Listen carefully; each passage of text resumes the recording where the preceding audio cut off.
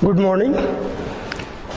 कक्षा 12वीं जीव विज्ञान का ये पाठ है पादप जल संबंध। इसके अंतर्गत हम वाष्पोत्सर्जन के बारे में अध्ययन करेंगे। मुख्य बिंदु है इसमें वाष्पोत्सर्जन क्या है, वाष्पोत्सर्जन के प्रकार, वाष्पोत्सर्जन की क्रियाविधि, वाष्पोत्सर्जन का महत्व, वाष्पोत्सर्जन का मापन, इतने सारे बिंदुओं के ऊपर अध्ययन करेंगे। तो वाष्पोत्सर्जन क्या है? पौधे भूमि से जल को अत्यधिक मात्रा में अवशोषित करते रहते हैं, लेकिन उसका अपने जैविक क्रियाओं में बहुत कम मात्रा ही उपयोग होता है। अधिक मात्रा पौधे के वायवीय भागों के द्वारा वाष्प के रूप में बाहर कर दिया जाता है। इस क्रिया को वाष्पोत्सर्जन कहते हैं। तो पौधों के द्वारा अपने वायवीय भागों से, जैसे मुख्य रूप से पत्तियां होते हैं, इसके द्वारा जल वाष्प के रूप में बाहर निकालने की क्रिया वाष्पोत्सर्जन कहलाता है। वाष्पोत्सर्जन की क्रिया एक प्रयोग द्वारा भी देख सकते हैं। जैसे एक गमले में लगा हुआ पौधा ले लेते हैं, गमले में लगा हुआ एक पौधा ले लेते हैं, इसको बेल जार से ढक दिया जाता है। इस प्रकार से बेल जार से ढक दिया जाता है। बेल जार के जो ढक्कन वाला भाग है, यहाँ पर वैसलीन लगा के बंद कर देते हैं, और जो गमला होता है इसको प्लास्टिक कोट से ढक दिया जाता है। कुछ घंटे के लिए जैसे रख देते हैं। अभी बेल जार में पानी के बूंद नहीं होते, लेकिन कुछ घंटे के बाद जैसे देखते हैं तो यहाँ पर जल के बूंद एकत्रित दिखाई देते हैं। इस प्रकार से जल के बूंद होते हैं। तो ये बूंद कहाँ से आए? पौधे के वायवीय भाग, जैसे पत्तियों में छिद्र पाया जाता है, उससे जल वाष्प के रूप में निकलता है, यही बेलजार के आंतरिक सतह पर इकट्ठा हो जाता है। तो इससे प्रमाणित होता है कि वाष्पोत्सर्जन की क्रिया हुई है, जल वाष्प के रूप में निकलता है, जो यहाँ पर इकट्ठा जल के बूंद के रूप में इकट्ठा हो जाता है। वाष्पोत्सर्जन के प्रकार,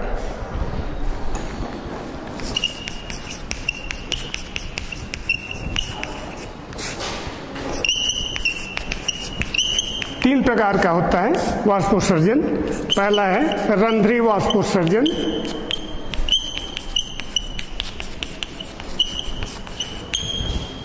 दूसरा है त्वचीय, उपत्वचीय क्यूटिकुलर,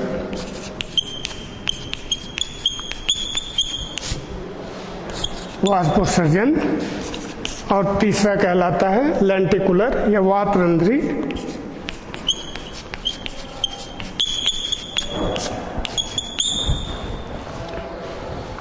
रंध्र है इस्टोमेटा, इस्टोमेटल ट्रांसपिरेशन बोला जाता है। उपत्वचा को क्यूटिकुलर, क्यूटिकल के द्वारा होता है। वातरंध्रीय, वातरंध्र के द्वारा, लेंटिसेल के द्वारा भी जल वाष्प के रूप में निकलते रहता है। इस प्रकार से तीन प्रकार के वाष्पोत्सर्जन के प्रकार होते हैं। रंध्र, रंध्र ये पत्तियों में छोटे छोटे छिद्र पाए जाते हैं असंख्य संख्या में, इन्हीं को रंध्र या स्टोमेटा कहा जाता है। अब ये एक बीजपत्री यदि पौधा है तो उसमें ऊपर और नीचे दोनों तरफ पाया जाता है रंध्र, और यदि द्विबीजपत्री है तो उसमें केवल नीचे साइड रंध्र पाया जाता है। तो इन रंध्रों के द्वारा कुल वाष्पोत्सर्जन का 90% वाष्पोत्सर्जन रंध्रीय वाष्पोत्सर्जन होता है। इसी प्रकार उपत्वचा, जैसे अब कुछ पत्तियां होते हैं, पत्तियां हैं, तने के भाग हैं, उसमें मोम के समान एक कवर पाया जाता है, उसको बोलते हैं क्यूटिकल या उपत्वचा बोलते हैं। उसके द्वारा भी वाष्पोत्सर्जन की क्रिया होती है। 1 से 3% वाष्पोत्सर्जन इसके द्वारा किया जाता है। इसी प्रकार से ये वातरंध्र, पौधे के तने में और शाखाओं में छोटे छोटे छिद्र पाए जाते हैं। जैसे अब रंध्र ये पत्तियों में पाया जाता है, तो वातरंध्र ये तने और शाखाओं में छिद्र पाया जाता है। इनके द्वारा भी कुछ मात्रा में वाष्पोत्सर्जन की क्रिया होती है। जल वाष्प के रूप में निकलते रहता है, इसी क्रिया को वाष्पोत्सर्जन कहा जाता है। रंध्र की संरचना,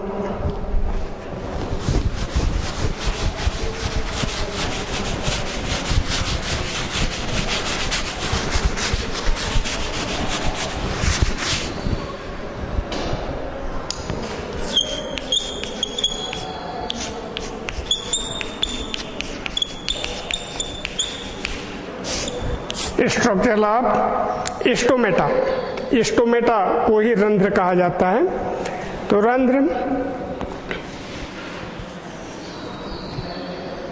रंध्र मतलब छिद्र ही है।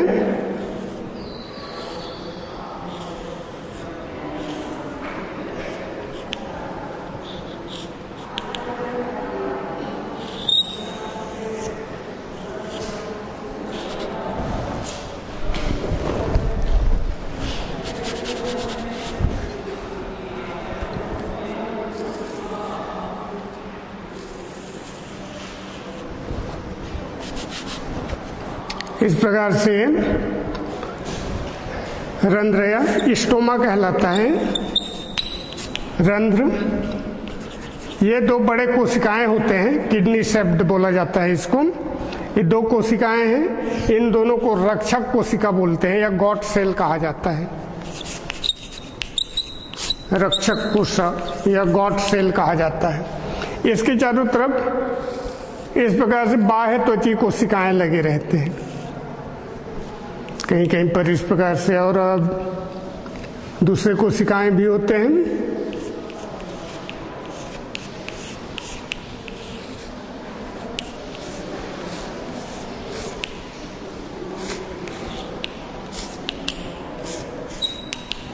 सब्सिडरी सेल्स कहलाते हैं, सहायक कोशिकाएं भी बोल सकते हैं।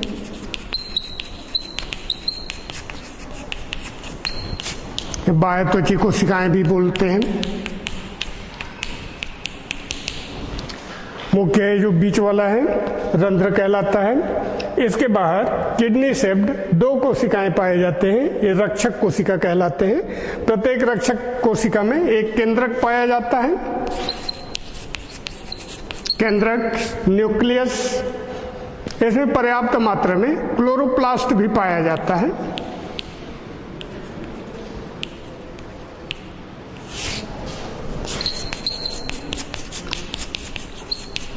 क्लोरोप्लास्ट, बाकी कोशिका द्रव भरा रहता है। कोशिका द्रव इस प्रकार से एक स्टोमेटा की रंध्र होती है। मध्य वाला छिद्र है जो रंध्र स्टोमा कहलाता है। इसके दोनों साइड बड़े आकार वाले किडनी शेप्ड दो कोशिकाएं हैं, रक्षक कोशिकाएं कहलाते हैं। रक्षक कोशिकाओं के जो अंदर वाला भित्ति है ये मोटा होता है और बाहर वाला भित्ति पतला और प्रत्यास्थ होता है, मतलब फैलने वाला होता है। अंदर वाला भित्ति मोटा होता है, बाहर वाला भित्ति पतला और प्रत्यास्थ होता है, ये फैल सकता है। तो इस प्रकार और इसके चारों तरफ सहायक कोशिकाएं पाई जाती हैं। अभी एक हो गया रक्षक कोशिका, इसके अगल बगल और भी बहुत सारे जो स्टोमेटा हैं, रंध्र हैं, ये एपिडर्मिस में पाए जाते हैं। रंध्रों का वितरण,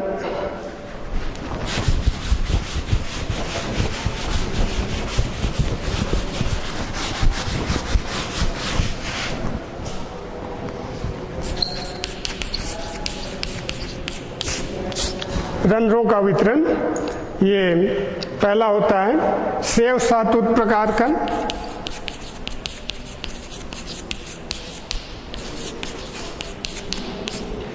उदाहरण है सेव सातुत प्रकार का। सेकंड होता है आलू प्रकार का।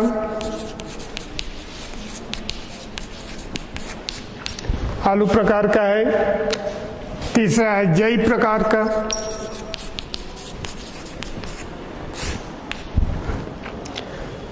चौथा है इसमें जली लिली प्रकार का।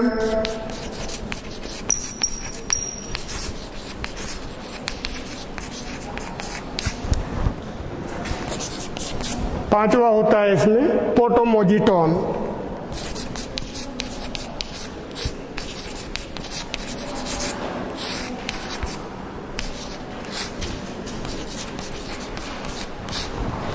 इस प्रकार से रंध्रों का वितरण 5 प्रकार से हो सकता है।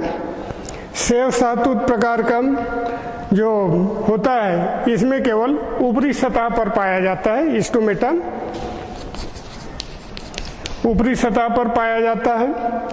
आलू में ये ऊपर अधिक मात्रा में नीचे कम, ऊपर अधिक नीचे कम, मतलब ऊपरी बाह्य त्वचा पर अधिक और नीचे साइड में कम संख्या में पाया जाता है आलू में स्टोमेटा।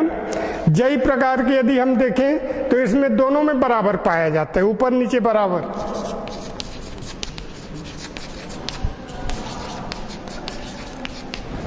ऊपर और नीचे बाह्य त्वचा, अपर एपिडर्मिस और लोअर एपिडर्मिस दोनों में ही बराबर संख्या में पाए जाते हैं जई प्रकार में। वाटर लिली प्रकार में देखें तो केवल ऊपरी सतह पर पाया जाता है, केवल ऊपरी सतह पर उपस्थित रंध्र पोटोमोजिटोन टाइप का इस प्रकार के जो होते हैं इसमें या तो नहीं पाए जाते या तो अवशेषी रूप में पाए जाते हैं। पोटोमोजिटोन प्रकार में या तो नहीं पाए जाते या तो अवशेषी प्रकार के पाए जाते हैं, जैसे हाइड्रिला है या दूसरे जलीय पौधे हैं, इनमें देखने को मिलता है। तो ये 5 प्रकार का वितरण होता है रंध्र का।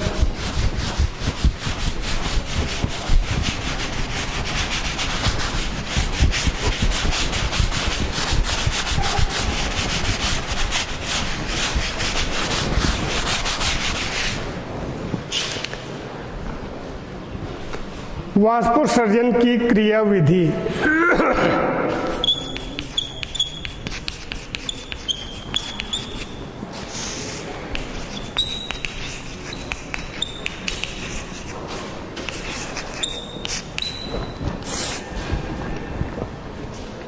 वाष्पोत्सर्जन मतलब पौधे के वायवीय भागों द्वारा जल वाष्प के रूप में निकलते रहता है, इस क्रिया को वाष्पोत्सर्जन कहते हैं। और वाष्पोत्सर्जन की क्रिया विधि ये रंध्रों के खुलने और बंद होने पर निर्भर करता है। अधिकांश पौधों में रंध्र दिन के समय खुले रहते हैं, जैसे अब प्रकाश होता है, सूर्य निकलता है, तब रंध्र खुलने लगते हैं। इस प्रकार के जो रंध्र है प्रकाशानुचलित कहलाता है, प्रकाशानुचलित या फोटो एक्टिव स्टोमेटा। कुछ पौधों में जैसे मांसल पौधे होते हैं, नागफनी है जैसे, इनमें रात में स्टोमेटा खुलता है, दिन में बंद रहते हैं। इन्हें तिमिरानुचलित रंध्र या स्कोटो एक्टिव स्टोमेटा कहा जाता है। तो ये कुछ में तो रात में खुलते हैं स्टोमेटा, जैसे नागफनी है, लेकिन अधिकतर पौधों में जैसे सूर्य निकलता है स्टोमेटा खुल जाते हैं, गैसीय आदान प्रदान होने लगता है। गैसीय आदान प्रदान मतलब जैसे प्रकाश संश्लेषण क्रिया आरंभ होती है तो कार्बन डाइऑक्साइड अंदर जाता है, श्वसन क्रिया में ऑक्सीजन अंदर जाता है, तो श्वसन प्रकाश संश्लेषण ये क्रियाएं आरंभ हो जाती हैं, साथ में स्टोमेटा खुल जाते हैं। रंध्रों के जो दैनिक गति है, रंध्रों की दैनिक गति, इसको समझने के लिए कई वाद दिए गए हैं, किस प्रकार से रंध्र खुलते हैं और किस प्रकार से बंद होते हैं। इसमें पहला है परासरण सिद्धांत।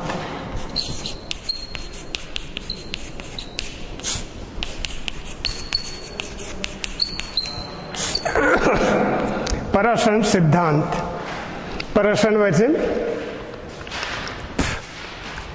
2 विलयन को जो अलग अलग सांद्रता के हो अर्धपारगम में झिल्ली से अलग अलग रखा जाता है, तो विलायक के अणु जो अधिक सांद्रता से कम सांद्रता की ओर होती है परासरण कहलाती है। तो यहाँ पर वाष्पोत्सर्जन की क्रिया विधि के अंतर्गत स्टोमेटा के खुलने और बंद होने की क्रिया समझाने के लिए ये परासरण सिद्धांत दिया गया है वान मोल के अनुसार। वान मोल ये है वैज्ञानिक, इनके द्वारा परासरण सिद्धांत दिया गया है। रंध्र प्रकाश में खुलते हैं, अंधकार में बंद हो जाते हैं, लेकिन यहाँ पर देखा गया कि जो ये रक्षक कोशिकाएं हैं गॉड सेल्स, उसमें पर्याप्त मात्रा में क्लोरोप्लास्ट पाया जाता है।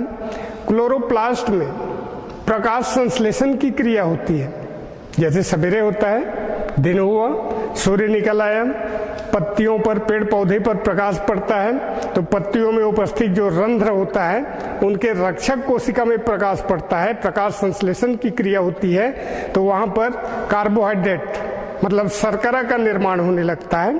जैसे जैसे शर्करा का निर्माण होने लगेगा, जैसे प्रकाश संश्लेषण क्रिया के लिए अपन समीकरण बोलते हैं 6CO2 plus 6H2O, 6CO2 plus 6H2O equal to C6H12O6 plus 6O2 carbohydrate बनता है और ऑक्सीजन गैस निकलती है।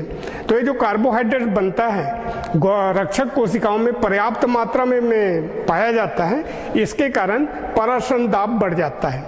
रक्षक कोशिकाओं में पराश्रयण दाब बढ़ जाता है, इसके कारण साइड वाले कोशिकाओं से जल रक्षक कोशिका में आने लगता है और रक्षक कोशिका स्फीत हो जाता है, मतलब फूल जाता है।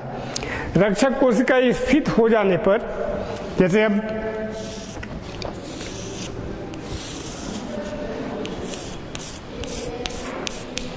ये है रक्षक कोशिका, ये है रंध्र। तो ये जो रक्षक कोशिका है इसमें बाहर से पानी आने लगता है, प्रकाश संश्लेषण की क्रिया होती है, C6H12O6 बनता है। तो यहाँ ये पराश्रयण दाब बढ़ जाता है, पराश्रयण दाब बढ़ने से बाहर से पानी अंदर आने लगता है इनमें और इसके कारण ये फूल जाते हैं। फूलने की क्रिया को स्फीति बोलते हैं, स्फीति या तरगिड हो गया बोलते हैं। तो स्फीत हो जाते हैं, ये फूल जाते हैं, बाह्य भित्ति बाहर की ओर तन जाती है, इसके साथ ही ये आंतरिक भित्ति ये भी खींच जाता है, इसके कारण से ये रंध्र खुल जाता है।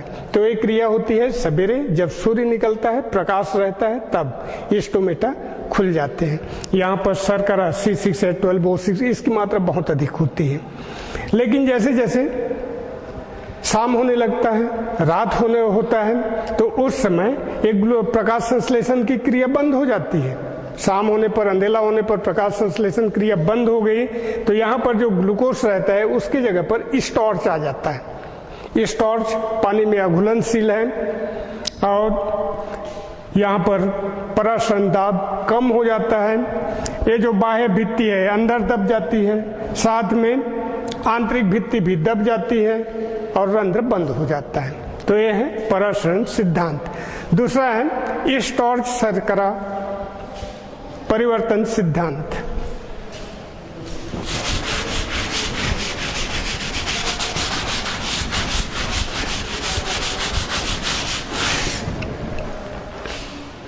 स्टार्च शर्करा परिवर्तन सिद्धांत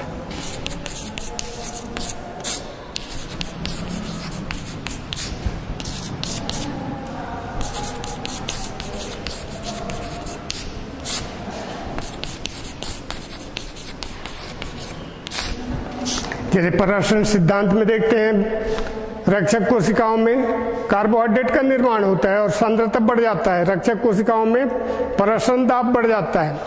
यहाँ पर जो शर्करा सिद्धांत है, स्टार्च रहने पर बंद हो जाता है रंध्र, शर्करा रहने पर खुला रहता है। मुख्य बात यह है लॉयड और लेफ्ट फील्ड इसके द्वारा दिया गया है कि इनमें दिन के समय कोशिकाओं में शर्करा रहता है और रक्षक कोशिकाओं के पराश्रयण दाब बढ़ जाता है। पराश्रयण दाब बढ़ने से उसकी भित्तियां बाहर फैल जाते हैं, आंतरिक भित्ति और बाह्य भित्ति दोनों फैल जाते हैं शर्करा रहने पर। ये स्टार्च अवस्था में आने पर दब जाते हैं, पराश्रयण दाब कम हो जाता है, भित्तियां अंदर दब जाते हैं और रंध्र बंद हो जाता है। तीसरा है सक्रिय पोटेशियम आयन अभिगमनवाद।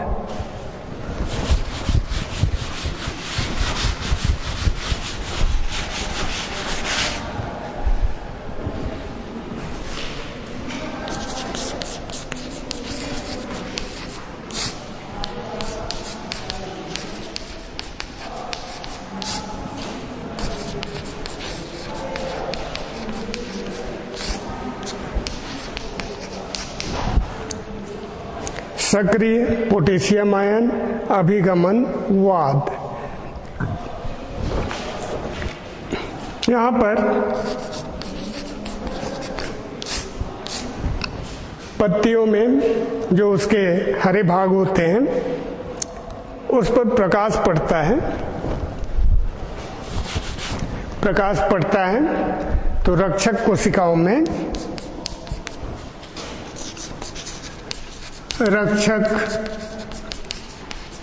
कोशिकाओं में मैलिक अम्ल का निर्माण होता है।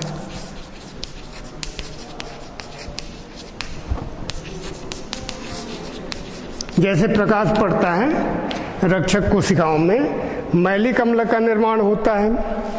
मैलिक अम्ल, इसके बाद मैलिक अम्ल का H+ आयन व मैलेट में विभाजन या विखंडन हो जाता है, दो भागों में टूट जाता है। मैलेट हाइड्रोजन आयन दो भागों में बढ़ जाता है। हाइड्रोजन आयन कोशिका के बाहर जाता है। H+ आयन कोशिका से बाहर, हाइड्रोजन आयन कोशिका से बाहर आता है। K+ आयन ये कोशिका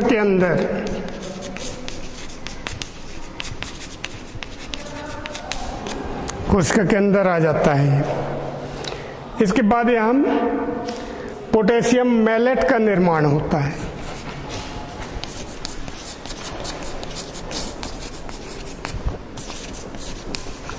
मैलेट का निर्माण,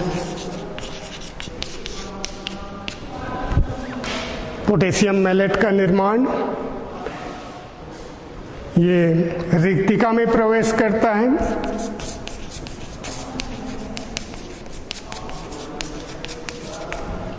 रिक्तिका में प्रवेश रक्षक कोशिका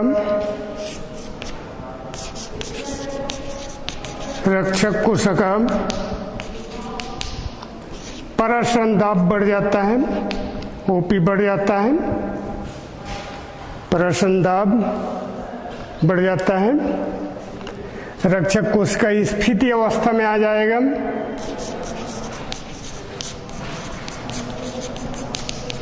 स्फीति और रंध्र खुल जाते हैं।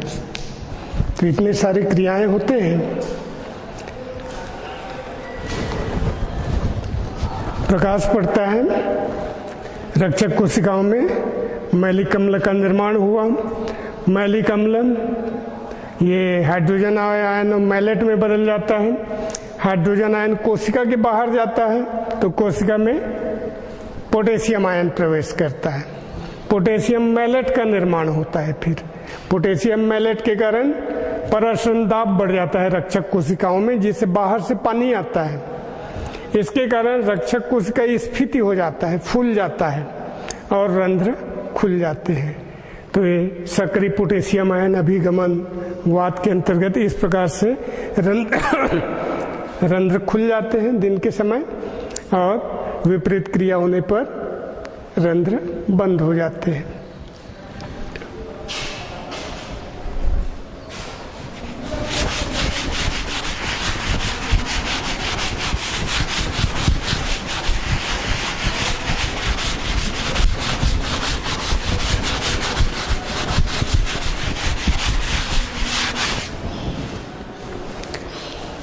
वाष्पोत्सर्जन का महत्व।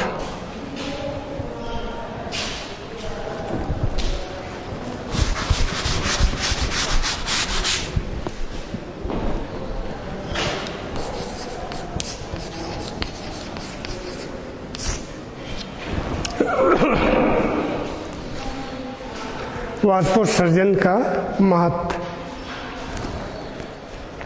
वाष्पोत्सर्जन की क्रिया प्रारंभ से ही इसके महत्व के बारे में विवाद रहा है। वाष्पोत्सर्जन की क्रिया लाभदायक है या हानिकारक है।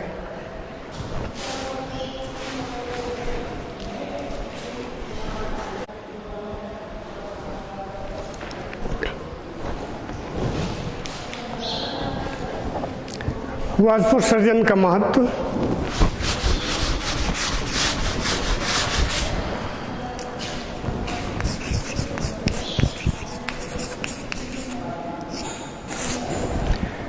वाष्पोत्सर्जन की क्रिया पौधों में होने वाली एक अनिवार्य क्रिया है। ये लाभदायक है या हानिकारक है, इस संबंध में हमेशा विवादित रहा है वाष्पोत्सर्जन की क्रिया। फिर भी कुछ इसके उपयोगी अनुपयोगी क्रियाओं को देखते हैं। जैसे पहला है तापक्रम नियंत्रण।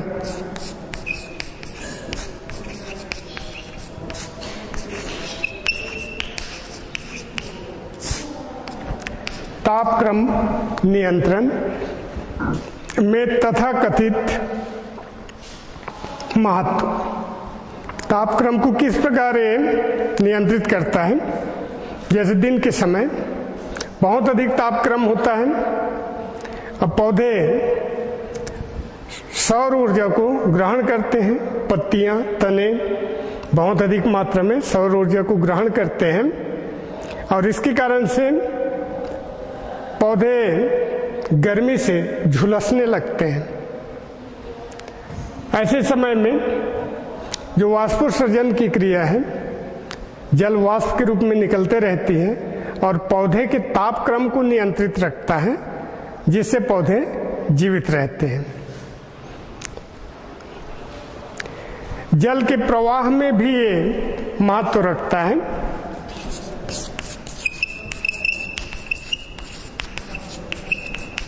जल के प्रवाह में तथाकथित महत्व।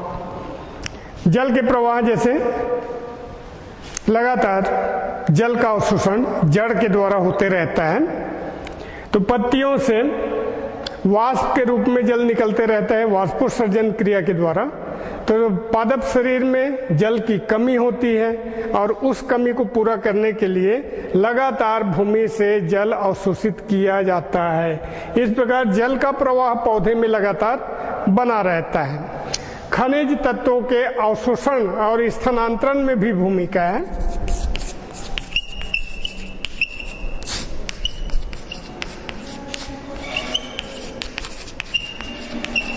अवशोषण एवं स्थानांतरण में महत्व।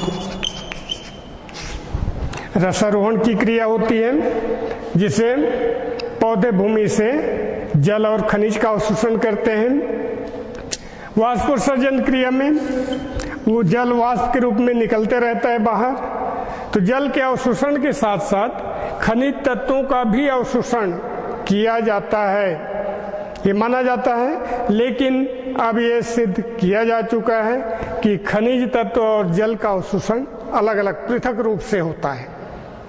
बाद में जल के साथ स्थानांतरण खनिज का भी होता है, लेकिन इनका अवशोषण अलग अलग होता है। खनिज का और जल का अवशोषण अलग अलग होता है। तो इसके बाद है रस का ऊपर की ओर स्थानांतरण।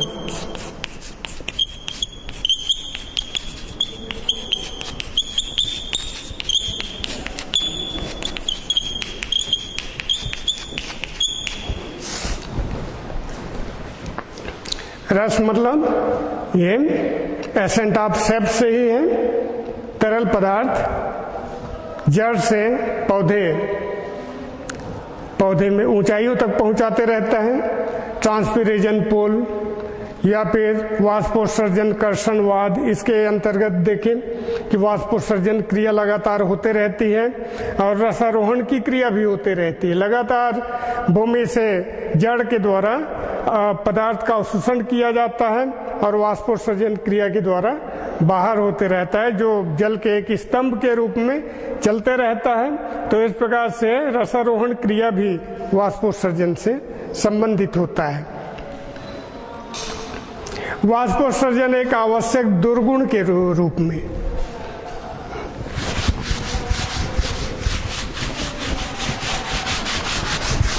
वाष्पोत्सर्जन की क्रिया लाभदायक है, साथ में इसके दुर्गुण भी हैं। वाष्पोत्सर्जन क्रिया आवश्यक दुर्गुण के रूप में।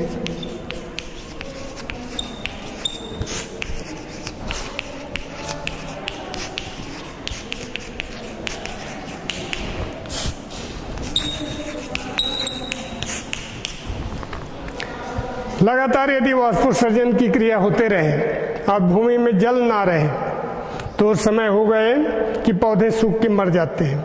इसलिए माना जाता है कि वाष्पोत्सर्जन क्रिया आवश्यक नहीं है, ये हानिकारक क्रिया है, दुर्गुण की क्रिया है। ये माना जाता है वाष्पोत्सर्जन अधिक होगा, मृदा में जल कम पाया जाएगा तो उस समय जैविक क्रियाएं प्रभावित होंगी और अंत में पौधे की मृत्यु हो जाती है।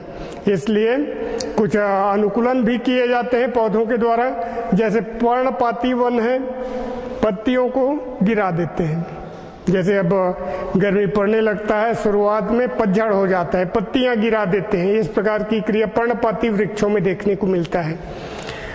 वाष्पोत्सर्जन कम करने के लिए कुछ जो पौधे अपने संरचना में परिवर्तन कर लेते हैं, कुछ में अनुकूलताएं पाए जाते हैं।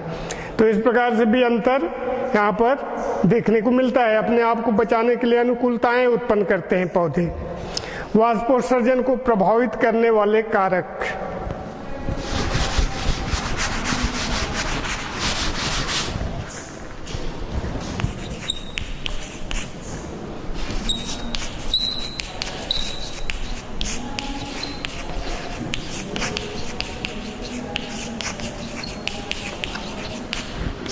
वाष्पोत्सर्जन को प्रभावित करने वाले कारक, इसको दो भागों में बांटते हैं। एक है बाह्य कारक और दूसरा होता है आंतरिक कारक।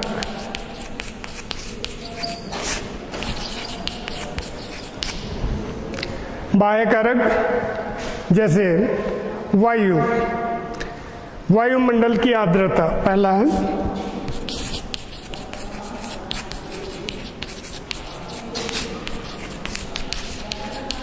आर्द्रता मतलब नमी। वायुमंडल में यदि नमी रहेगा तो वाष्पोत्सर्जन की क्रिया धीमी होती है। हवा यदि शुष्क है, जैसे अभी गर्मी पड़ रहा है, वातावरण में नमी नहीं है, तो ऐसे समय में जब गर्म रहता है, वातावरण शुष्क है, तो वाष्पोत्सर्जन क्रिया तेजी से होता है। वायुमंडल में नमी है तो वो वाष्पोत्सर्जन की क्रिया धीमी होती है। तापक्रम दूसरा,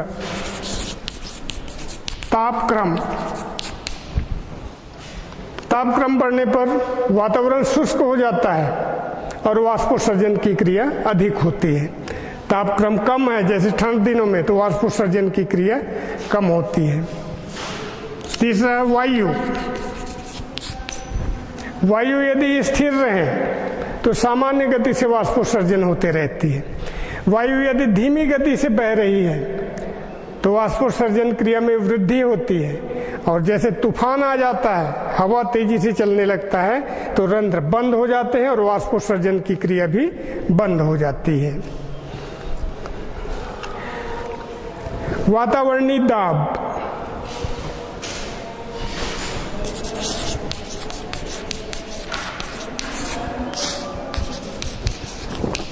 वातावरणीय दाब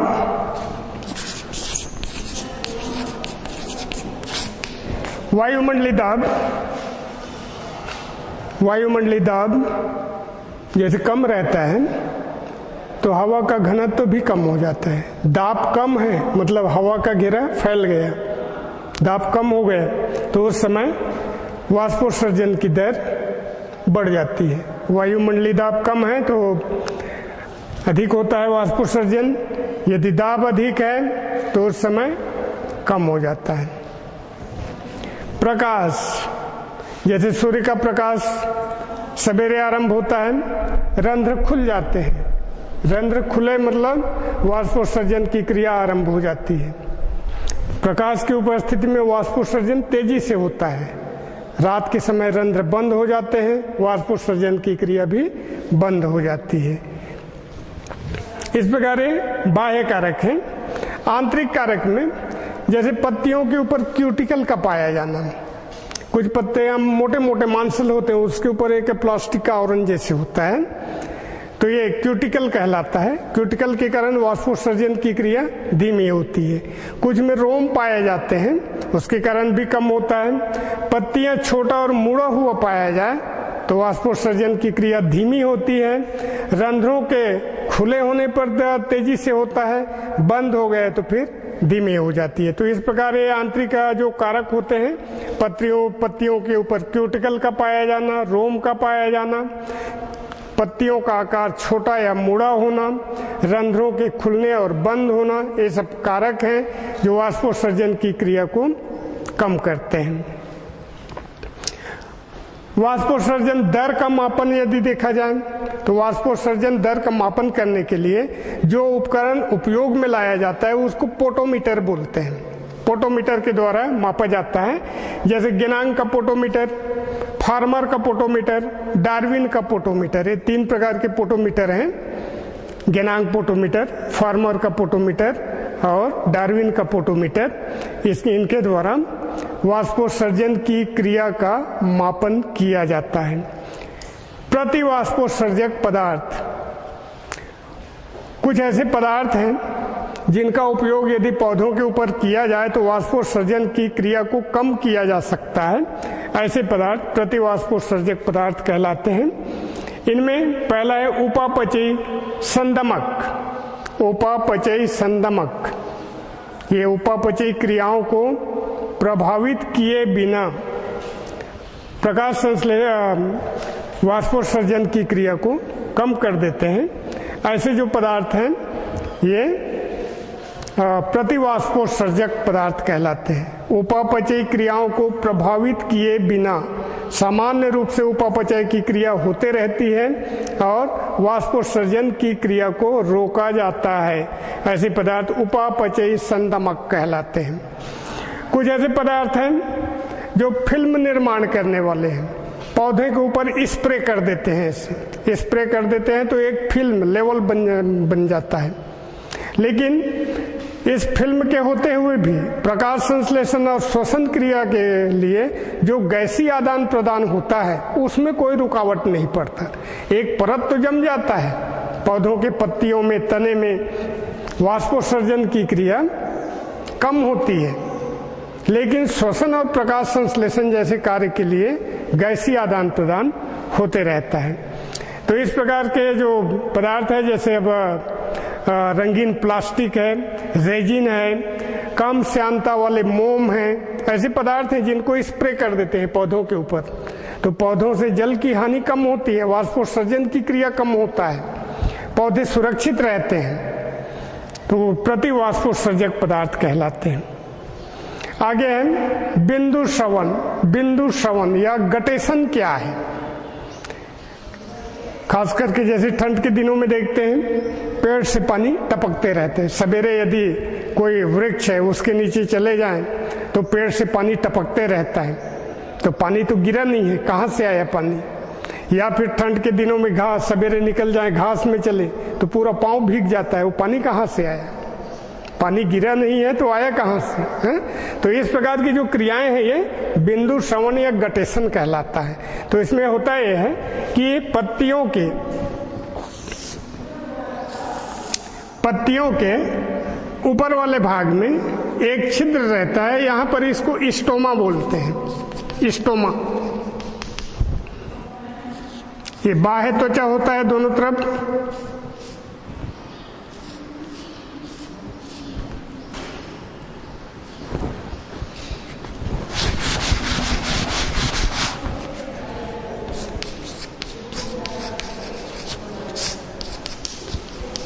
बिंदु श्राव या गटेशन का है स्टोमा।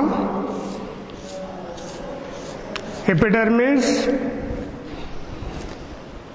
मध्य में यहाँ पर कुछ ट्रैकिट्स की कोशिकाएं होते हैं, जाइलम वेसल्स।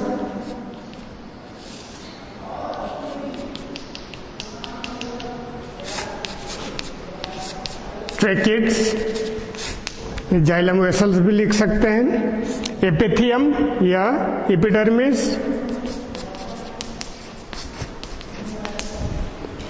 यहाँ पर जो कोशिकाएं होते हैं स्पॉन्जी पैरेन्काइमा होते हैं, पैलिसेड टिश्यू होते हैं जो पत्तियों में पाए जाते हैं। यहाँ कुछ ढीले कोशिकाएं पाए जाते हैं।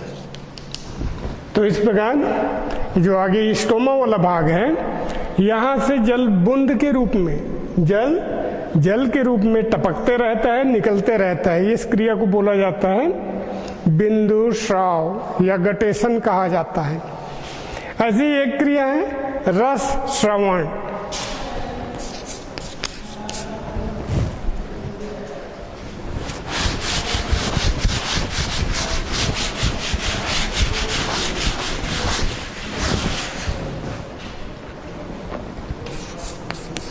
रस श्रवण या ब्लडिंग कहा जाता है उसको। बिंदु स्राव को जैसे गटेशन कहते हैं, यहाँ पर रस श्रवण, इसको ब्लडिंग कहा जाता है।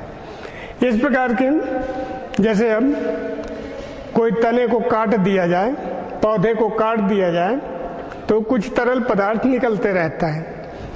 इस प्रकार तरल पदार्थ जो निकलते रहता है बिंदु स्राव में जैसे जाइलम से निकलता है पानी, भूमि के अंदर से जाइलम के द्वारा सोखा जाता है और पत्तियों के छिद्र से यहाँ जाइलम के द्वारा निकलता है।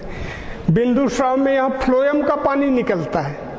फ्लोएम में जल और जो अन्य पदार्थ होते हैं वे निकलते हैं रस के रूप में। अब इसका उदाहरण जैसे अब अपने बस्तर में ही इधर कोंडागांव तरफ जैसे सल्फी के पेड़ से सल्फी निकालते हैं। इधर अब बंगाली एरिया में देखें परलकोट में तो छींद को काट काट के रस निकालते हैं। कहीं पर दक्षिण भारत में ताड़ी निकालते हैं, ताड़ी को काट के। कहीं पर वो रबर का पेड़ रहता है, उसे सफेद कलर का रबर तरल निकलता है, उससे रबर बनाया जाता है। तो इस प्रकार ये सब सारे पदार्थ हैं, कुछ जैसे ताड़ी है, छींद है, सल्फी है, ये सब एल्कोहली पदार्थ हैं जो निकाला जाता है और ये प्राप्त होता है फ्लोएम से। फ्लोएम वाले भाग को काटने पर इस प्रकार रस श्रवण होता है।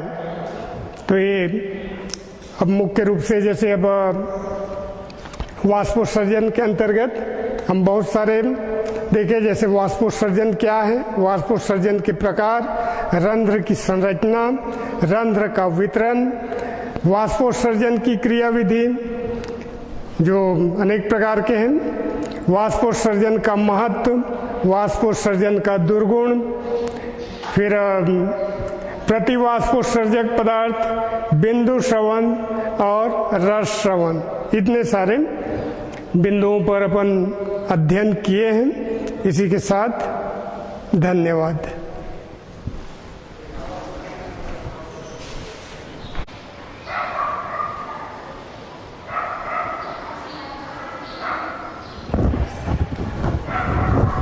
बच्चों गुड मॉर्निंग। जब हम पादप जल संबंध पढ़ रहे थे उसमें एक टॉपिक था वाष्पोत्सर्जन का।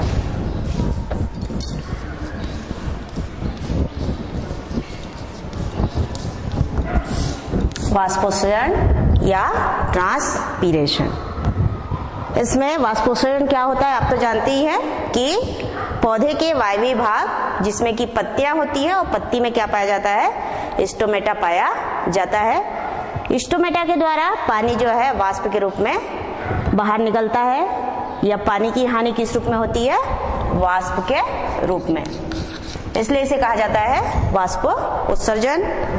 वाष्पोत्सर्जन के पढ़ते समय हमने पढ़ा था रंध्रों का वितरण कितने प्रकार से होता है। तो रंध्रों का वितरण जो है 5 प्रकार से होता है। पहला प्रकार कहलाता है सेव सहतूत प्रकार, दूसरा प्रकार कहलाता है आलू प्रकार, तीसरा कहलाता है जई प्रकार, चौथा कहलाता है जेली लीली प्रकार और पांचवा जो रंध्रों का वितरण है वो कहलाता है पोटेमोजिटॉन प्रकार।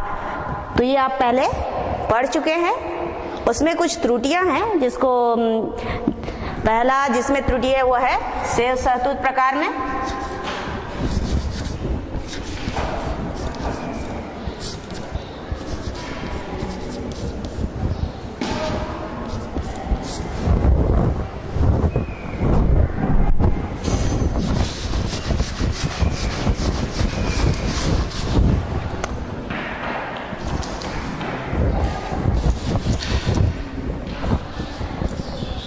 और दूसरा आलू प्रकार।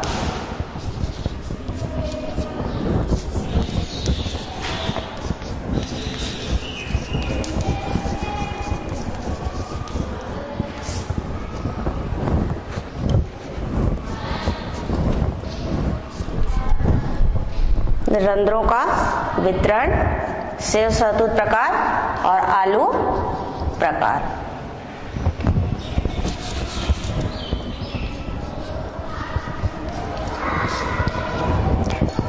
सेव सहतूत प्रकार में यह बताया गया था कि स्टोमेटा कहाँ पाई जाती है, निचली ऊपरी सतह में, जबकि इसमें स्टोमेटा पाया जाता है निचली सतह पे।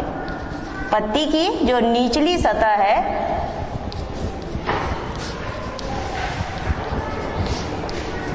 निचली सतह पर पाया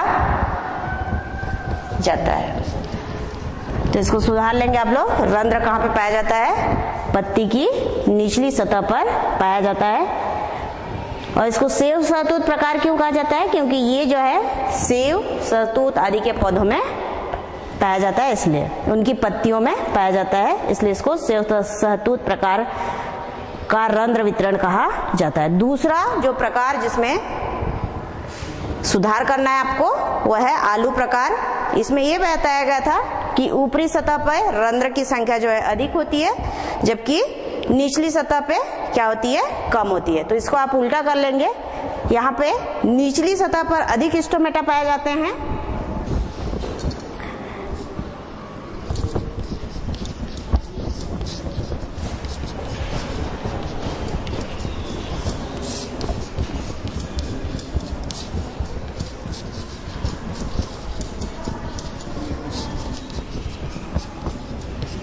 निचली सतह पर अधिक स्टोमेटा पाए जाते हैं, या स्टोमेटा की संख्या कहाँ पे अधिक होती है, पत्ती की निचली सतह पे।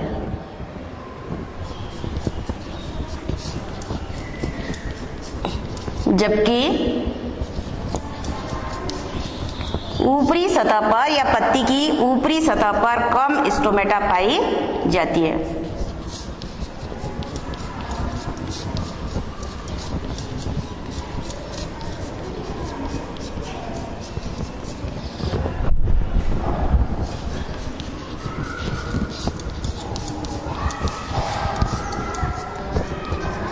तो ये दोनों प्रकारों में आप रंध्रों के वितरण को क्या कर लेंगे, ठीक कर लेंगे। उसके बाद जो दूसरे प्रकार था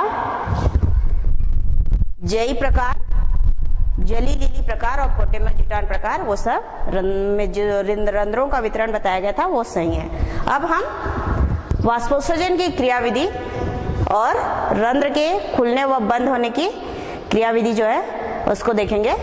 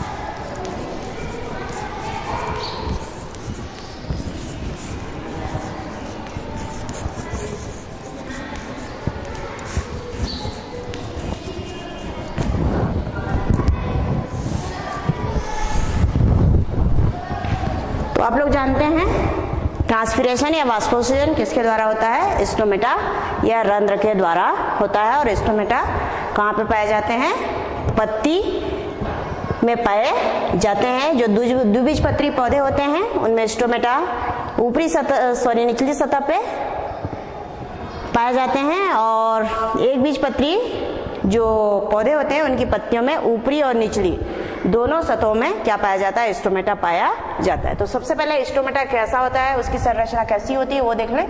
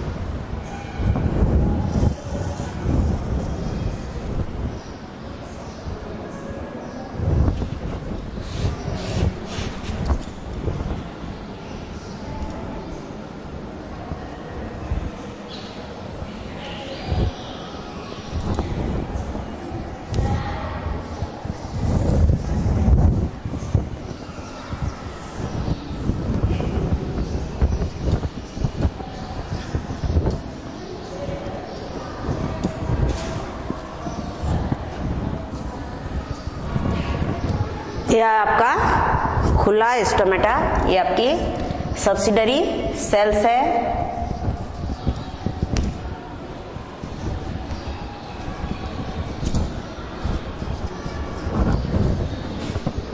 ये वाला पोर्शन है आपका रक्षक कोशिका का। तो रक्षक कोशिका की जो बाह्य और आंतरिक भित्ति होती है उनकी मोटाई में अंतर होता है। बाहरी भित्ति जो है पतली होती है,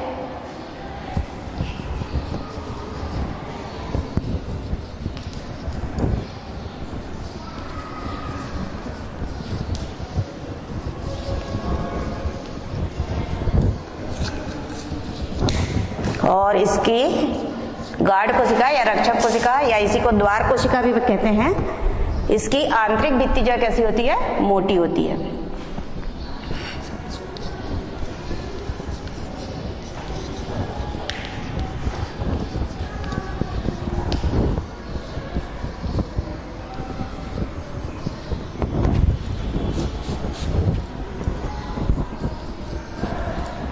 इनर थिक वाला गार्ड सेल, ये रक्षक कोशिका का केंद्रक है।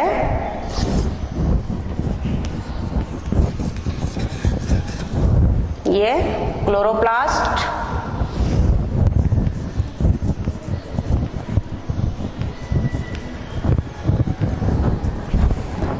और यहाँ पे जो द्रव पाया जाता है उसको कहेंगे हम साइटोप्लाज्म,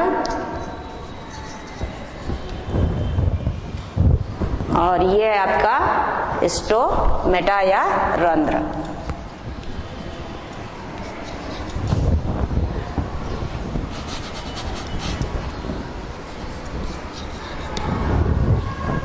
और ये जो स्टोमेटा है वो है खुला स्टोमेटा या ओपन स्टोमेटा, या रंध्र लिख देते हैं, उसको रंध्र भी बोलते हैं। तो खुला रंध्र। दूसरा जो डायग्राम बनाएंगे वो रहेगा बंद रंध्र का।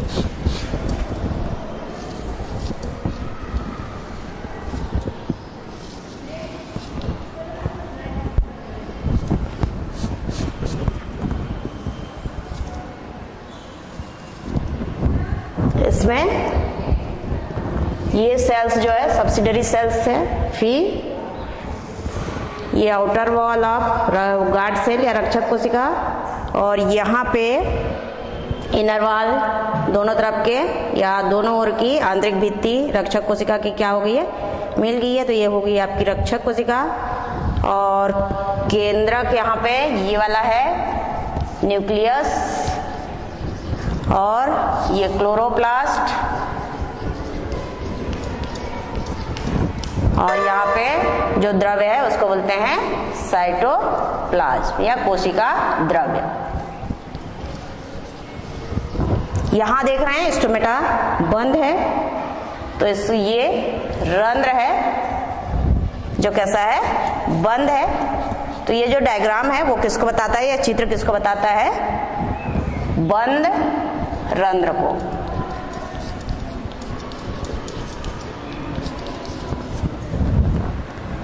तो अब हम देखेंगे वाष्पोत्सर्जन की क्रिया कैसी होती है, या स्टोमेटा किस प्रकार से खुलता और बंद होता है। तो स्टोमेटा, सबसे पहले वाष्पोत्सर्जन की परिभाषा कि पत्ती की सतह से या पत्ती की सतह पे जो स्टोमेटा होते हैं, उन स्टोमेटा से पानी की हानि किस रूप में होती है, वाष्प के रूप में, इसलिए इसको वाष्पोत्सर्जन कहा जाता है। तो वाष्पोत्सर्जन की क्रिया जो है, या रंध्रों के खुलने और बंद होने की क्रिया निर्भर करता है इस रक्षक कोशिका की स्फीति दशा,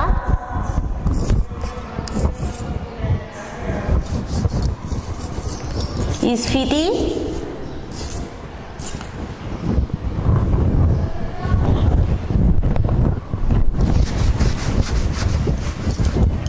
रक्षक कोशिका की स्फीति दशा, जिसको टर्जिडिटी कहा जाता है, टर्जिट अवस्था या दशा या टर्जिट कंडीशन। और दूसरी जो कंडीशन होती है वो होती है स्लथ।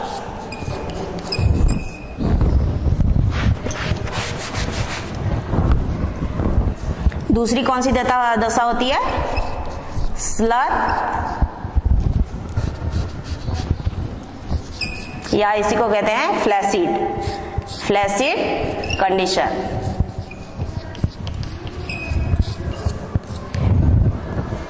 ये दो दशाएं कहाँ पे होती हैं, रक्षक कोशिका में। तो स्टोमेटा, इस स्टोमेटा का खुलना व बंद होना किस पर निर्भर करता है, रक्षक कोशिका की स्फीति दशा और श्लथ दशा पर निर्भर करता है। अब किस प्रकार करता है वो देखें। रक्षक कोशिका, जो स्टोमेटा है वो दो कोशिका जो कैसे दिखते हैं, वृक्क के आकार की या किडनी के आकार के। तो दो वृक्क के आकार की दो कोशिकाओं से मिलकर बनी हुई होती है। इन कोशिकाओं को कहा जाता है रक्षक कोशिका या गार्ड सेल।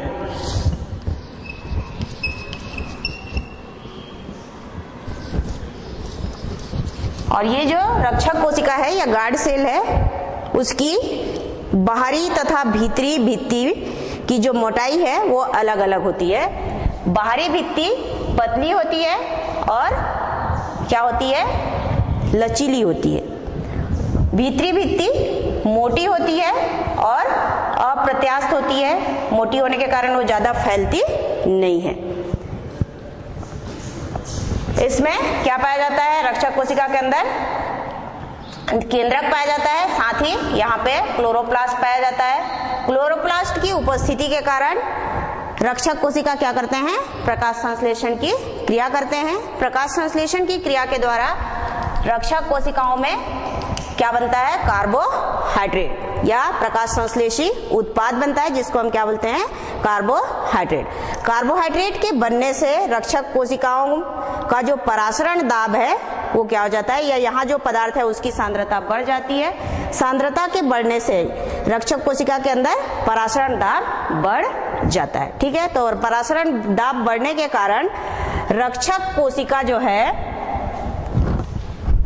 बाहर से पानी को अवशोषित करता है, या रक्षक कोशिका के अंदर पानी जो है, रक्षक कोशिका के बाहर जो कोशिकाएं स्थित होती है वहां से परासरण की क्रिया के द्वारा कहां पे प्रवेश करता है, रक्षक कोशिका के अंदर।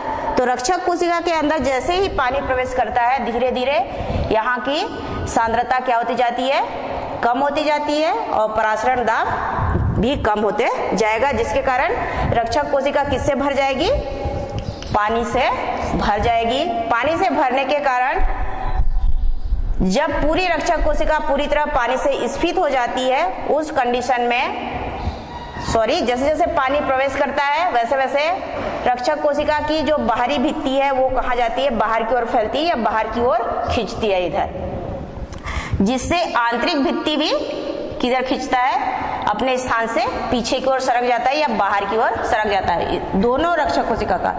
इसका वाला इधर आएगा ऐसा, और इसका इस रक्षक कोशिका, मतलब दोनों जो है एक दूसरे के विपरीत खींचते हैं या बाहर की ओर सरकते हैं, जिससे स्टोमेटा क्या हो जाता है, ये वाला जो स्टोमेटा है वो, पहले मान लो यहाँ बंद था, प्रकाश संश्लेषण की क्रिया हुई और यहाँ पे बना कार्बोहाइड्रेट। कार्बोहाइड्रेट के बनने से रक्षक कोशिका का जो परासरण दाब है वो क्या हो जाएगा, बढ़ जाएगा। बढ़ने से ये कोशिकाएं जो है बाहर से पानी को, यहाँ की कोशिकाएं बाहर से पानी को क्या करेंगी, अवशोषित करेंगी और फूलेंगी। फूलने की अवस्था को ही हम क्या बोलते हैं, स्फीति दशा। पानी के अंदर प्रवेश करने के कारण पानी जो है, सॉरी, रक्षक कोशिका क्या होती है, फूलती है या फैलती है। फैलने से ये जो बाहरी पतली भित्ति है रक्षक कोशिका की, वो क्या होती है, बाहर की ओर खींचा जाती है या खींचती है, और इसी के साथ जुड़ा हुआ है भीतरी आंतरिक भित्ति, वो भी क्या हो जाती है, बाहर की ओर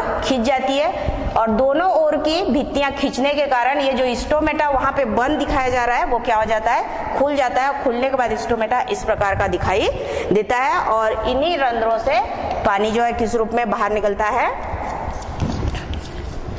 वाष्प के रूप में बाहर निकलता है। इसको क्या कहा जाता है, वाष्पोत्सर्जन। तो जब रक्षक कोशिकाएं पानी से पूरी स्फीत हो जाती हैं या टर्जिट हो जाती हैं, तब स्टोमेटा क्या होता है, खुल जाता है या वाष्पोत्सर्जन की क्रिया होती है। अब बंद कैसे होता है वो देखें। जब रक्षक कोशिका से पानी जो है, पहले क्या हुआ, इसके अंदर परासरण की क्रिया के कारण पानी अंदर आया था। अब पानी क्या होगा, रक्षक कोशिका से बाहर जाएगा। बाहर जाने से रक्षक कोशिका के अंदर पानी की क्या होगी, कमी हो जाएगी। यहाँ पे रक्षक कोशिका से किसकी कमी होगी, पानी की कमी होगी।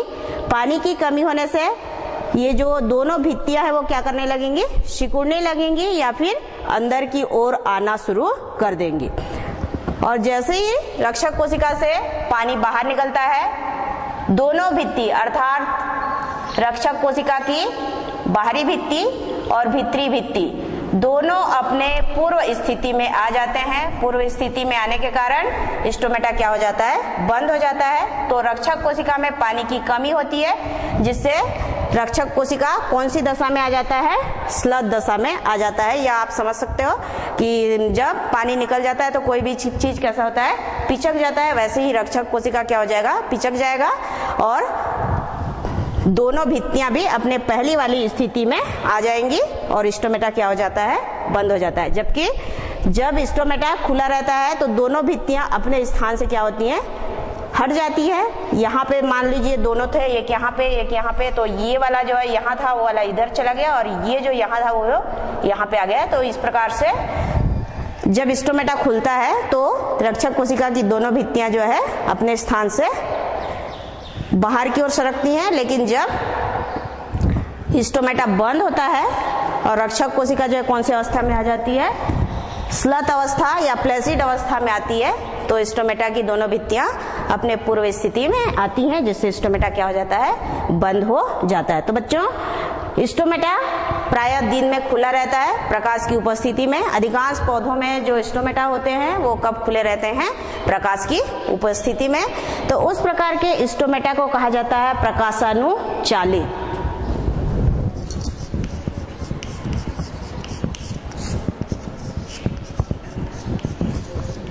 प्रकाशानुचालित या फोटो एक्टिव,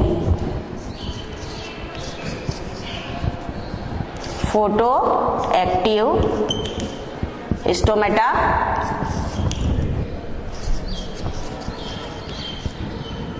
और कुछ पौधे ऐसे होते हैं जिनमें स्टोमेटा कब खुलता है, रात में या अंधेरे में या प्रकाश की अनुपस्थिति में।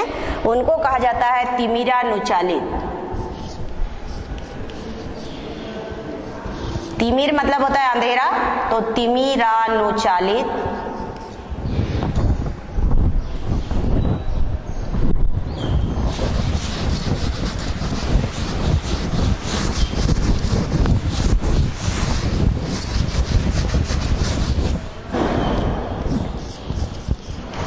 फोटो एक्टिव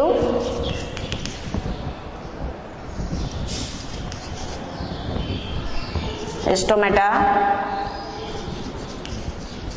मेटा, या फिर उसको क्या कहते हैं हिंदी में प्रकाशानुचालित रंध्र। और दूसरा होता है जो अंधकार में खुलते हैं, उनको कहा जाता है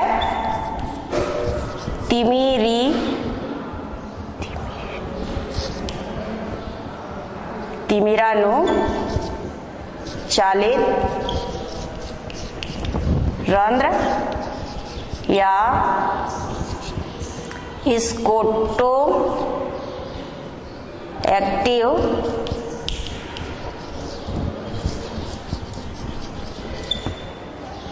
स्टोमेटा। तो ये था आपका